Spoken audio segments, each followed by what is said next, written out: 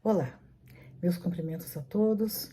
Hoje eu vou ler um texto que eu considerei assim muito importante e muito atual ante a problemática que nós estamos vivendo na humanidade, de tanta violência, guerras pipocando por todos os cantos, sofrimento de toda a ordem. Então, esse texto, embora tendo sido escrito lá atrás, no século XIX, pelo Kardec, ele me parece assim, muito oportuno. Esse texto está no livro Obras Póstumas, ou seja, foi publicado após a desencarnação do Kardec em 1890. Então, esse texto vai tratar das causas dos males que assombram e assolam a humanidade. Então o Kardec diz assim: os males da humanidade provêm da imperfeição dos homens. Então aqui não é imperfeição física, imperfeição moral, imperfeição de caráter. Pelos seus vícios é que eles se prejudicam uns aos outros. Enquanto forem viciosos, serão infelizes. Sem dúvida, boas leis contribuem para melhorar o estado social, mas são impotentes para tornar venturosa a humanidade, porque mais não fazem do que comprimir as paixões ruins, sem as eliminar. Em segundo lugar, porque são mais repressivas do que moralizadoras, e só reprimem os mais salientes atos maus, sem lhes destruir as causas.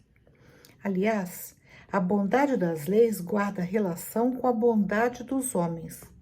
Enquanto estes se conservarem dominados pelo orgulho e pelo egoísmo, farão leis em benefício das suas ambições pessoais. A lei civil apenas modifica a superfície, mas ela não vai na profundidade das questões que precisam ser realmente saneadas. Somente, continua Kardec, a lei moral pode penetrar o foro íntimo da consciência e reformá-lo. Reformar o foro íntimo, né? Continua. Reconhecido, pois, que o atrito oriundo do contato dos vícios é que faz infortunados os homens, o único remédio para seus males está em se melhorarem eles moralmente. Uma vez que nas imperfeições se encontra a causa dos males, a felicidade aumentará na proporção em que as imperfeições diminuírem. Então é do nosso interesse diminuir as nossas mazelas, as nossas imperfeições, porque assim a gente vai alcançar mais rápida e facilmente a felicidade. Mas o Kardec vai adiante dizendo: por melhor que seja uma instituição social, sendo maus os homens, eles a falsearão, a desfigurarão, ou seja, deturparão, né? Como deturpam os textos, as leis, deturpa em benefício próprio, de acordo com seus interesses. Então desfigurarão o espírito das instituições, para a explorarem em proveito próprio. Quando os homens forem bons, organizarão boas instituições, que serão duráveis, porque todos terão interesse em conservá-la. Quer dizer, o que é bom a gente quer conservar. Quando as coisas não são boas, a nossa tendência é substituí-las ou eliminá-las. Aí o Kardec diz assim: não basta cobrir de verniz a corrupção, é indispensável extirpar a corrupção. O que é cobrir de verniz uma coisa? É aquela camada mais superficial. Então a gente dá aquele polimento, mas no fundo, a desonestidade, a maldade, a corrupção continua presente. Então é preciso que ela seja extirpada. E aí ele vai dizer como que a gente extirpa esses males da sociedade. É pela educação mais do que pela instrução que se transformará a humanidade. Então, olha só, ele faz uma distinção aqui sobre a instrução e sobre a educação. A educação é mais profunda, ela abrange, ela não é só, não parte só da instrução, ou seja, do conhecimento. Porque tem muitas pessoas com vários diplomas e que nem por isso são educadas no sentido que o texto aqui dá à educação. Continua Kardec. O homem que se esforça seriamente por se melhorar assegura para si a felicidade já nesta vida. Além da satisfação que proporciona à sua consciência, ele se isenta das misérias materiais e morais, que são a consequência inevitável das suas imperfeições. Terá calma, porque as vicissitudes só de leve o roçarão.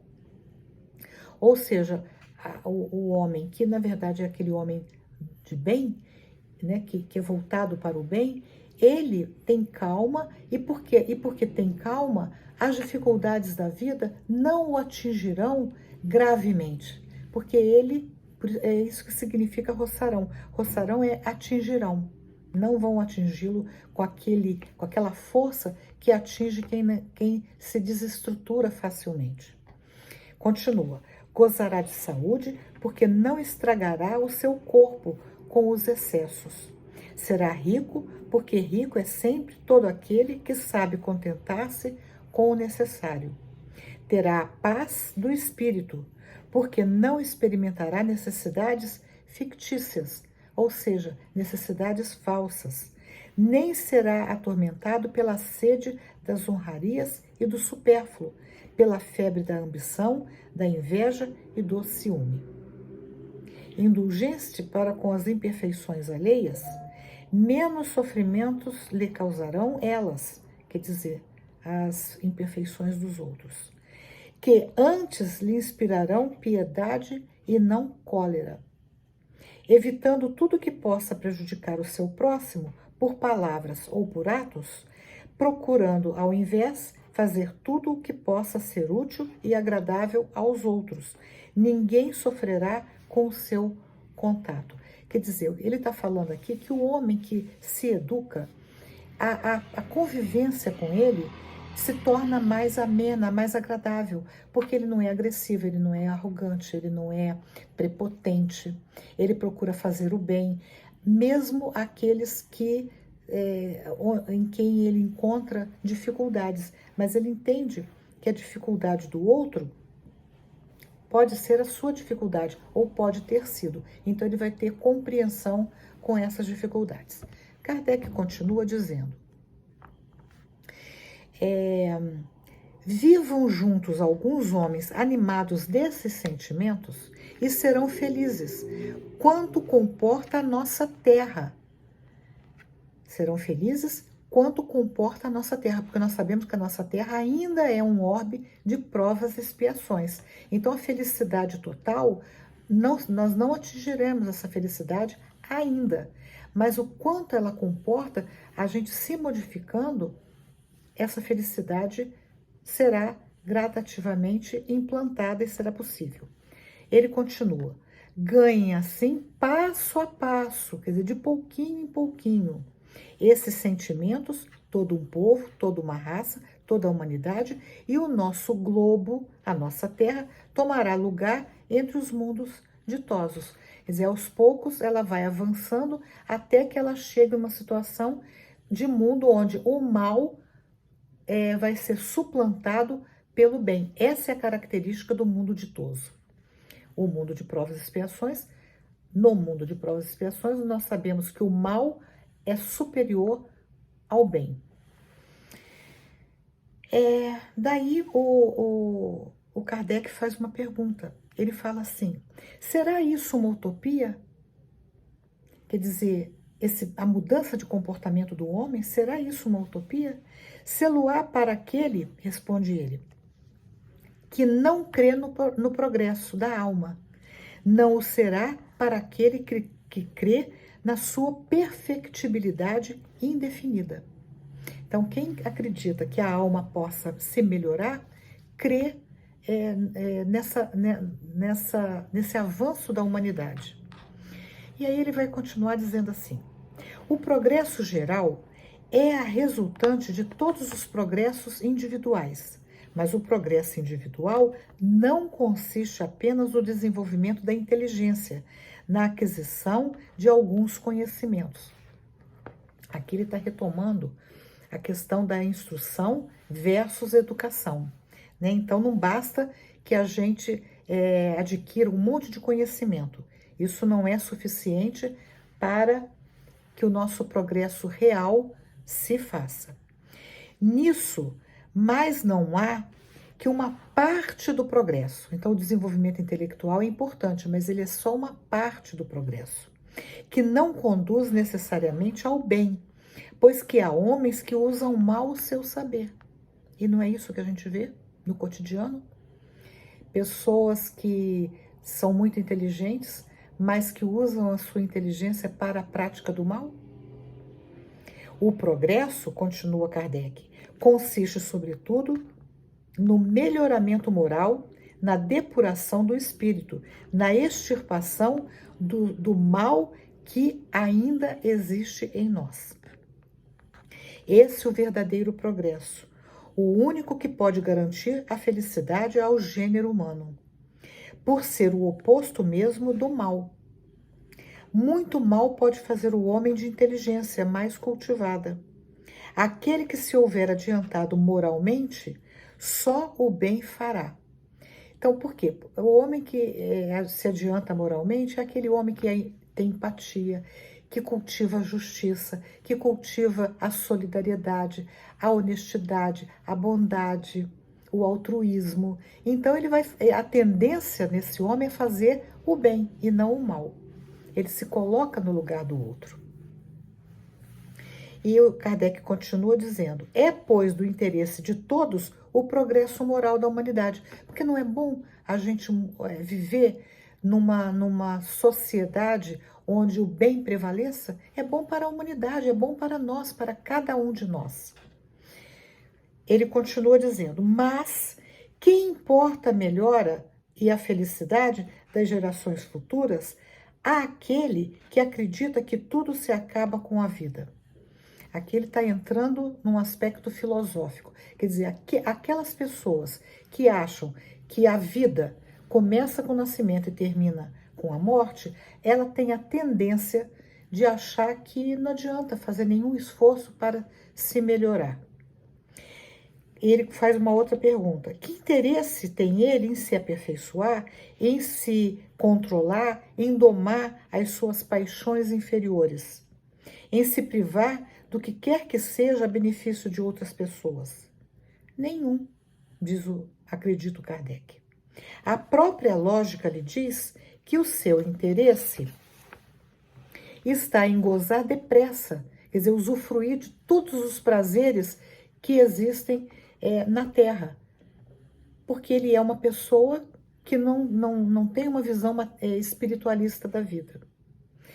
E ele quer desfrutar de tudo, ele quer aproveitar a vida, ele quer usufruir de tudo, e por todos os meios possíveis, visto que na sua concepção, o amanhã talvez não represente nada para ele, nada será. Essa é a doutrina do nadismo, quer dizer, a crença no nada, que nada existe após a desencarnação, a morte do corpo físico. É a paralisia do progresso humano, porque circunscreve as vistas do homem ao imperceptível ponto da presente existência, porque ele restringe as ideias e as concentra forçosamente na vida material.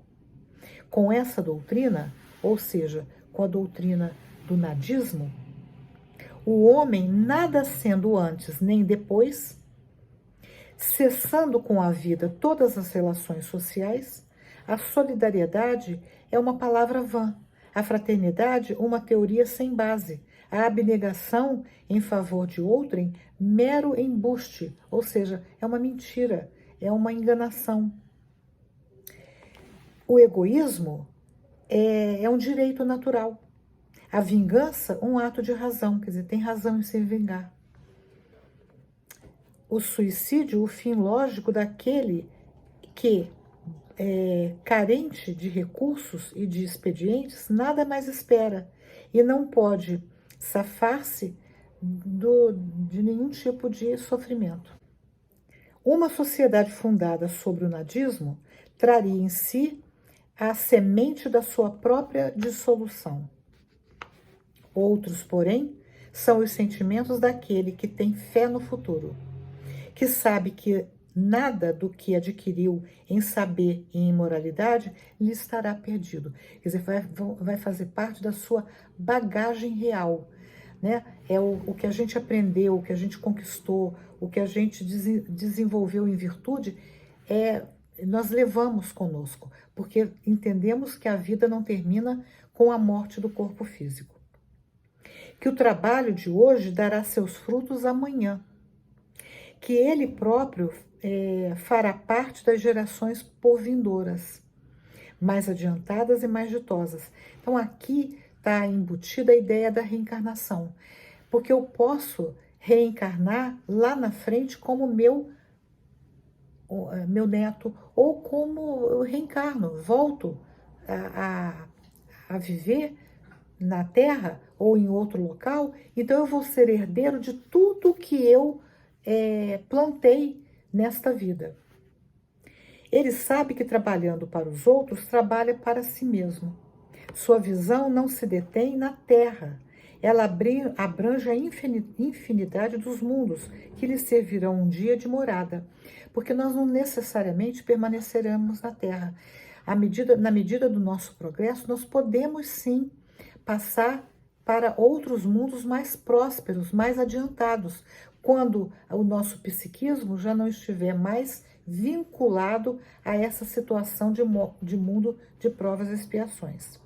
Ele entrevê o glorioso lugar que lhe caberá, como de todos os seres que alcançam a perfeição.